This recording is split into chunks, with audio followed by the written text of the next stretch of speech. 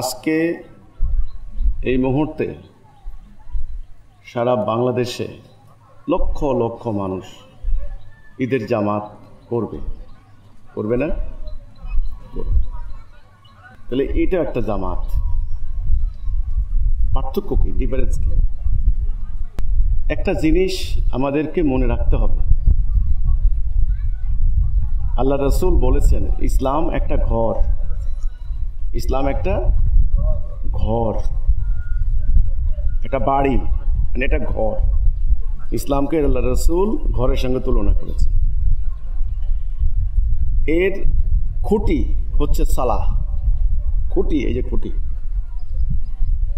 জেহাদ হচ্ছে সাদ, জেহাদ হচ্ছে কি সাদ।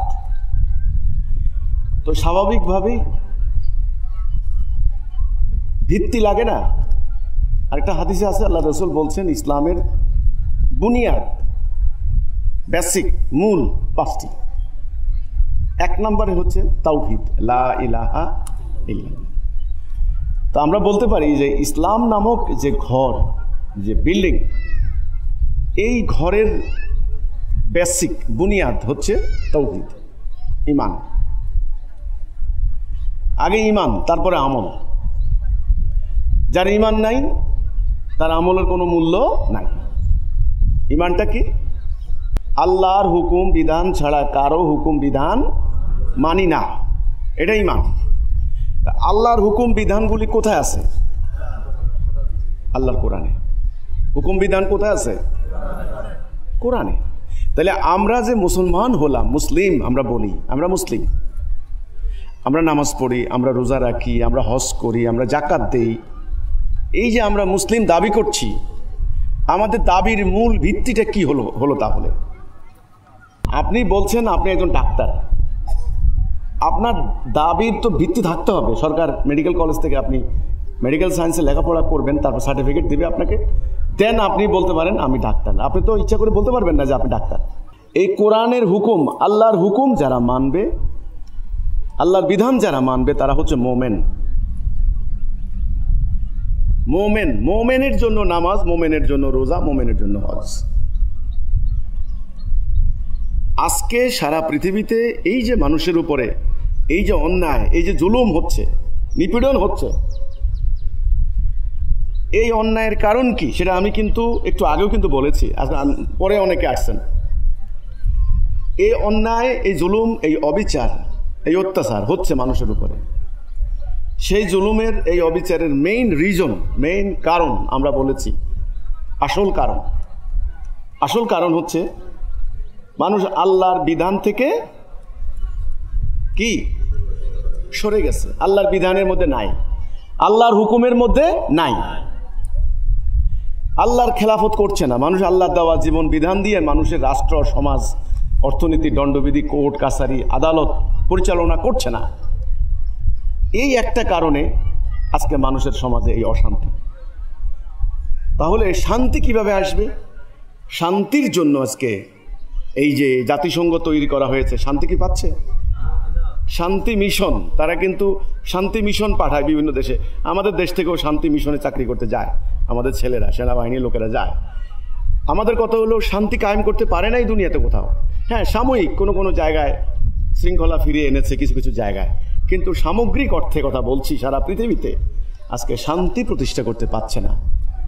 সারা দুনিয়াতে দুর্বলের উপরে সবলের অত্যাচার, দরিদ্রের উপরে ধনীর এই যে বঞ্চনা, শাসিতের উপর শাসকের জুলুম, সরল মানুষের উপরে, সোজা মানুষ আছে না, সরল মানুষের উপরে চালাক ধূর্ত মানুষের প্রতারণা, সমগ্র দুনিয়া কিন্তু আজকে ভর্তি। এটাই সমগ্র মানুষ প্রায় 100%, দু একজন ব্যতিক্রম থাকতে পারে, প্রায় 100% আমি বলতে পারি স্বার্থপর, আত্মকেন্দ্রিক, শুধু নিজের 16 আনা, অন্যকে ঠকিয়ে, অন্যকে ক্ষতি করে সে নিজে কীভাবে লাভবান হবে, এই অসুস্থ প্রতিযোগিতা চলছে।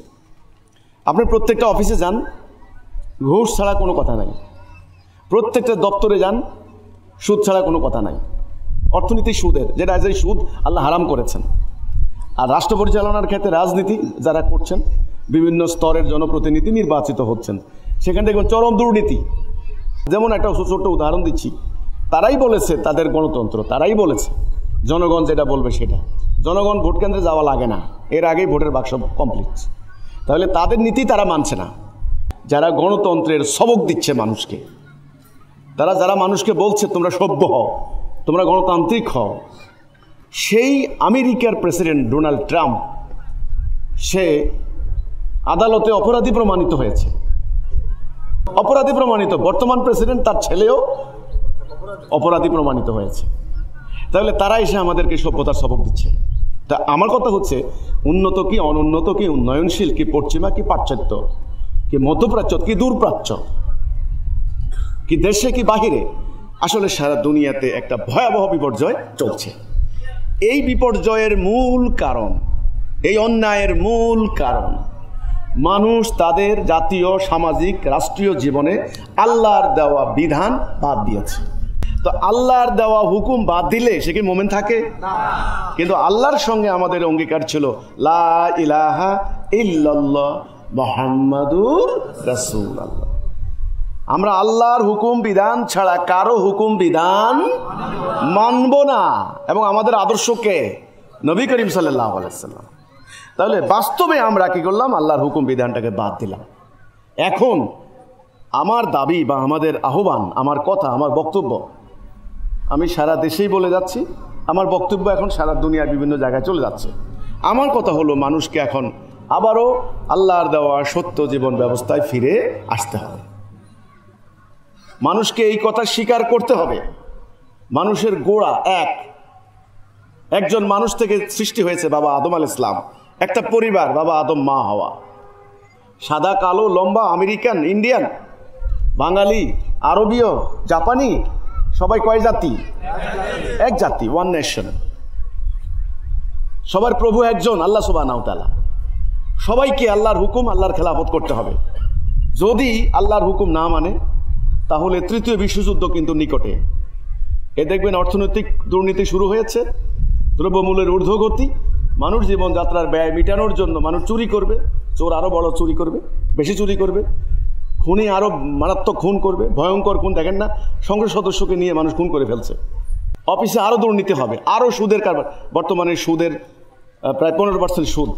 এবারের বাজেটে প্রায় 22 টাকার শতকরা সুদের টাকা শোধ করতে হবে। সুদ, যে সুদ আল্লাহ হারাম করেছেন। তো আমার কথা হচ্ছে এইটা, যে অতি তাড়াতাড়ি আল্লাহর দেওয়া জীবন ব্যবস্থায় প্রত্যাবর্তন করতে হবে। এবং আল্লাহর দেওয়া জীবন ব্যবস্থা দীনুল হক, যেটা প্রতিষ্ঠার জন্যই আল্লাহ রাসূলের আগমন হয়েছে। ওয়াল্লাযী আরসালা রাসূলাহু বিল হুদা ওয়া দীনিল হক লিইয়ুযহিরাহু আলাদ দীনি কুল্লিহি ওয়া কাফা বিল্লাহি শাহীদা ওয়ালাউ কারিহাল মুশরিকুন। আল্লাহ বলছেন, কাফেররা অপছন্দ করলেও আমি আমার রাসূলকে পাঠিয়েছি হেদায়া এবং সত্য দিন দিয়ে, যেন অন্যান্য সমস্ত কিছুর উপর এটাকে প্রতিষ্ঠা করে, অন্যান্য দিনের উপর এটাকে প্রতিষ্ঠা করে। তাহলে দিনটা প্রতিষ্ঠা করতে হবে তো নাকি? প্রতিষ্ঠা না করলে কি আপনি বলেন শান্তি আসবে? প্রতিষ্ঠা না করলে কি ন্যায় বিচার হবে? এটা প্রতিষ্ঠা করতে হবে না? কিন্তু আজকে আমাদের কনসেপ্টের মধ্যে প্রতিষ্ঠাতা নাই, যেটা আল্লাহ কোরআনে বলেছেন আন আকিমুদ্দিন।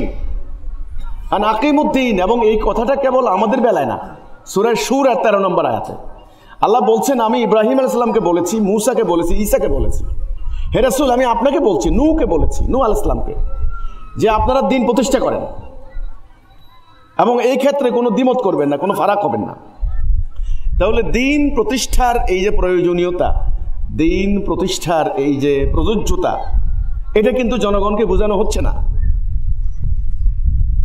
আল্লাহর দিন যে প্রতিষ্ঠা করতে হবে রাষ্ট্রীয় জীবনে, জাতীয় জীবনে, সামাজিক জীবনে, আল্লাহর দিন যে একটা ব্যবস্থা, একটা সিস্টেম, এটা কিন্তু জনগণ জানে না। কাজেই আল্লাহর দিন প্রতিষ্ঠার জন্য রাসূলের আগমন। রাসূল ওনার নবুয়তি জীবনের সংগ্রামী জীবন আমরা বলবো। ওনার সংগ্রামী জীবন দুইটা ভাগ। প্রথম 13 বৎসর উনি ইমানের দিকে ডাক দিয়েছেন, তোমরা বলো লা ইলাহা ইল্লাল্লাহ, তাওহীদ। পরবর্তী 10 বছর 78টা যুদ্ধ করেছেন, লড়াই করেছেন। এই সংগ্রামের ফলে কি হলো? জাজিরাতুল আরব সমাজে আল্লাহর দিন প্রতিষ্ঠা হয়ে গেল। এই 23 বছরের পুরো নবুয়তি জীবনে ওনার উপরে আল্লাহর পক্ষ থেকে যে আয়াত নাজেল হয়েছে, সেটাই আজকের কোরআন। উনি যাওয়ার সময় বিদায় হজের ভাষণ, আজকের এই যে গতকালকে হজ গিয়েছে, হজের ময়দানে, আরাফাতের ময়দানে বক্তব্য দেওয়া হয়েছে। আজকের এই আরাফাতের ময়দানে বিদায় হজের ভাষণ নবী করিম সাল্লাল্লাহু আলাইহি সাল্লাম ভাষণ দিয়েছেন। সেই ভাষণে রাসূল কি বলেছেন? সেটা ছিল মানব জাতির মুক্তির ইশতেহার, বিদায় হজের ভাষণ। সেই বিদায় হজের ভাষণ যদি আমরা মনে না রাখি, তাহলে উম্মাহ কোনোদিনও সঠিক পথে চলতে পারবে না।